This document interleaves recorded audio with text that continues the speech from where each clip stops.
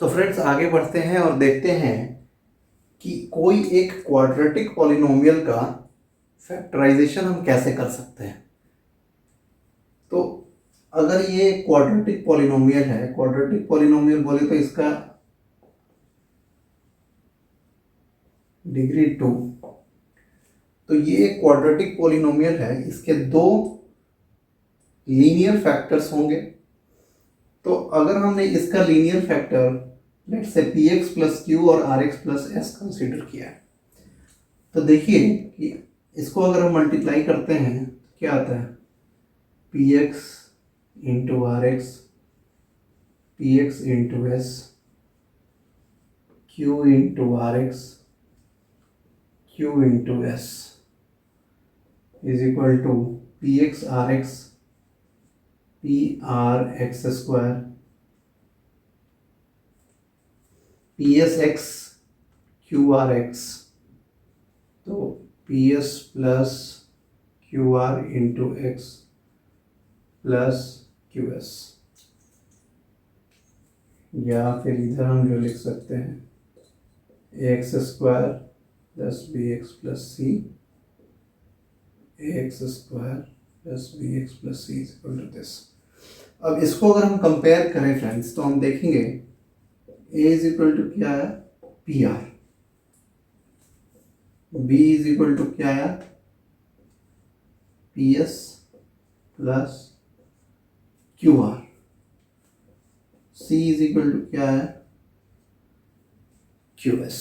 Compare किया हमने coefficient of x square, coefficient of x square, coefficient of x, coefficient of x, constant of constant.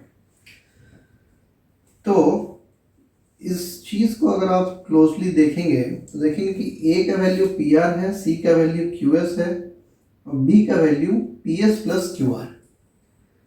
तो जो B का value है ये नॉर्मली क्या है, it is the sum of two terms, b is actually sum of two terms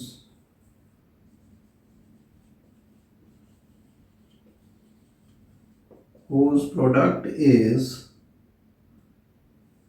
AC। देखो AC क्या है, पी आर क्यू एस और b p S plus Q r.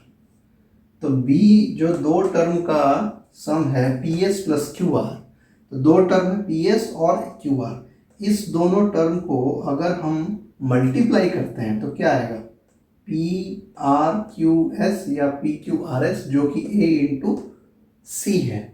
तो हमेशा ये जो एक क्वाड्रेटिक इक्वेशन है इसको आप ऐसे बाइफरकेट कर सकते हो b इंटू एक्स को दो टर्म में, जिस टर्म के प्रोडक्ट जो होंगे वो इन दोनों टर्म के प्रोडक्ट के बराबर होंगे। हमेशा जब भी इसको आप ऐसे करने के लिए चाहो तो आप इसको ऐसे कर सकते हो।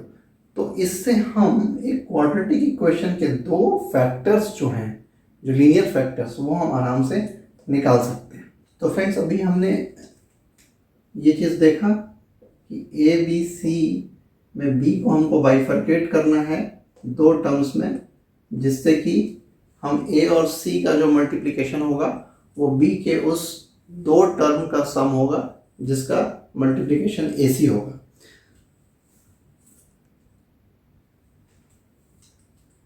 तो फ्रेंड्स एक एग्जांपल ले लेते हैं, जैसे 6x square plus 17x plus 5, ये क्वाड्रेटिक पॉलिनोमियल है और इसको अगर हमको दो लीनियर फैक्टर्स के फॉर्म में अगर लिखना हो तो हम क्या लिख सकते हैं। तो यहाँ पे हम देखेंगे कि जो b है 17, इसको हम दो टर्म में बांट सकते हैं whose sum should be 6 into 5 is equal to 30।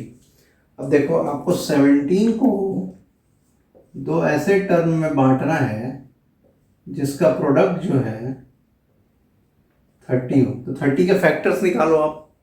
30 के फैक्टर्स आप निकालोगे तो क्या आएगा? 6, 5, 6 + 5 तो 11 होता है। 15 2 17 होता है और 15 × 2 30 होता है। तो इसको आप देखो ऐसे लिख सकते हो, 6x² + 15x + 2x + 5।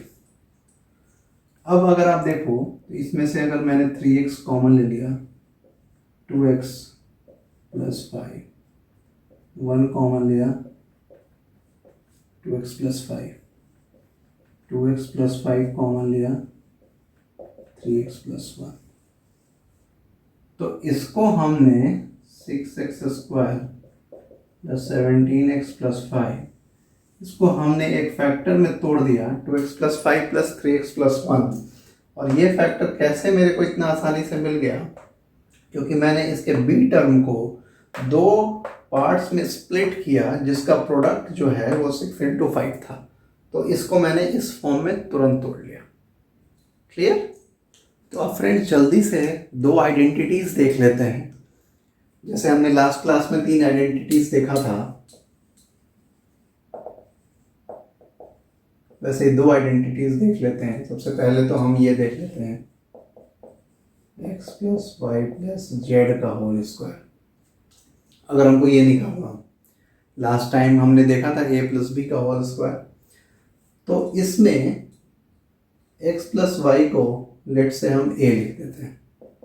तो a + z का होल स्क्वायर, a + z का होल स्क्वायर का आइडेंटिटी आपको पता है, a² + z² + 2az।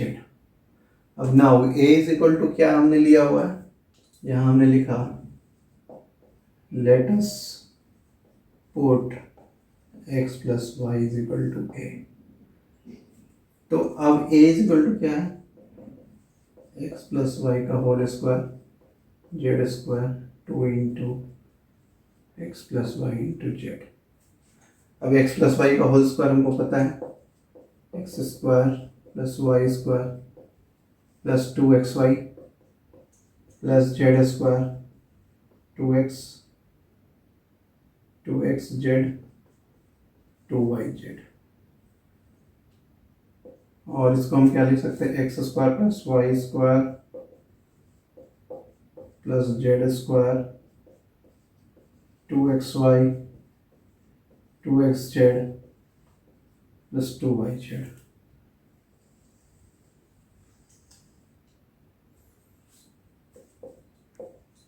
x + y + z का होल स्क्वायर। क्लियर? बहुत आसान था, बस मैंने x + y को a पुट कर दिया और ये निकल गया। चलिए अब एक दूसरा एग्जांपल भी देख लेते हैं। मान लीजिए मुझे निकालना है x + y का होल क्यूब। तो x + y का होल स्क्वायर हमने लास्ट टाइम देखा था, तो इसको हम लिख सकते हैं x + y × x + y का होल स्क्वायर = लिख सकते हैं x + y × x² + y² + 2xy। अब इसको x + y को इससे मल्टीप्लाई करो, x से पहले मल्टीप्लाई करो तो x³ + y² x + 2x² y से मल्टीप्लाई करो yx² + y³ 2xy², x³ + y³ plus x² y + y² x + 2x² y + 2y² x, x³ + y³ 3x² y 3y² x, x³ + y³ + 3xy × x + y, x plus y का whole cube. तो friend ये एक और identity आज हमने देखा, x plus y का अगर होल क्यूब निकालना हो तो सिंपल मल्टीप्लिकेशन है। तो ये दो आइडेंटिटी और हमने आज क्लास में सीख लिया। तो फ्रेंड्स जल्दी से वाइंड अप करके एक बार देख लेते हैं कि हमने क्या क्या आज पढ़ाई किया। तो फ्रेंड्स जल्दी से एक बार सम अप कर लेते हैं कि आज की क्लास में हमने क्या क्या सीखा।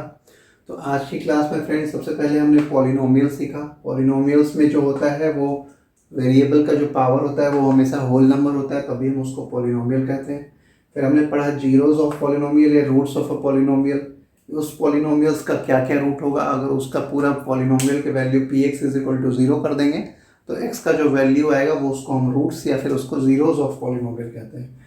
फिर हमने रिमाइंडर थ्योरम पढ़ा कि अगर किसी पी एक्स को जी एक्स से डिवाइड कर रहे हैं तो अगर जी एक्स लीनियर है तो जी एक्स इज इक्वल टू 0 जब होगा तो उस x की वैल्यू को अगर हम पी एक्स में पुट करेंगे तो वही उसका रिमाइंडर दे देगा, बिना हमको पूरा डिवीजन किए हुए रिमाइंडर हम उसको डायरेक्टली निकाल सकते हैं। उसके बाद हमने नेक्स्ट पढ़ा फैक्टर थ्योरम। फैक्टर थ्योरम में हमने क्या पढ़ा कि अगर कोई पॉलिनोमियल है जिसका डिग्री ग्रेटर देन या इक्वल टू 1 है और अगर उसका x माइनस ए एक फैक्टर है तो पी ए जो होगा वो 0 होगा। जो इसी का एक कह सकते हैं कि पी ए इक्वल टू 0, इसी से हम प्रूफ कर सकते हैं, उसी से आया। नेक्स्ट हमने पढ़ा फैक्टराइजेशन ऑफ क्वाड्रेटिक पॉलिनोमियल। उस केस में कोई भी एक क्वाड्रेटिक पॉलिनोमियल को हम दो लीनियर पॉलिनोमियल के प्रोडक्ट के फॉर्म में लिख सकते हैं। तो उसमें हमने देखा था बहुत इंपॉर्टेंट चीज़ कि ये जो b है इसको हम दो टर्म में बांट सकते हैं और उस दो टर्म का जो प्रोडक्ट होता है वो a इंटू सी होता है। तो ऐसे करके हम इसका फैक्टर निकाल सकते हैं। आज की क्लास में हमने इतना ही पढ़ा, बाकी हमने एक आइडेंटिटीज़ में नहीं देखी थी। तो आज का क्लास हम यहीं वाइंड अप करते हैं। नेक्स्ट क्लास में हम लीनियर इक्वेशन इन 2 वेरिएबल्स पढ़ाई करेंगे। तब तक के लिए नमस्कार।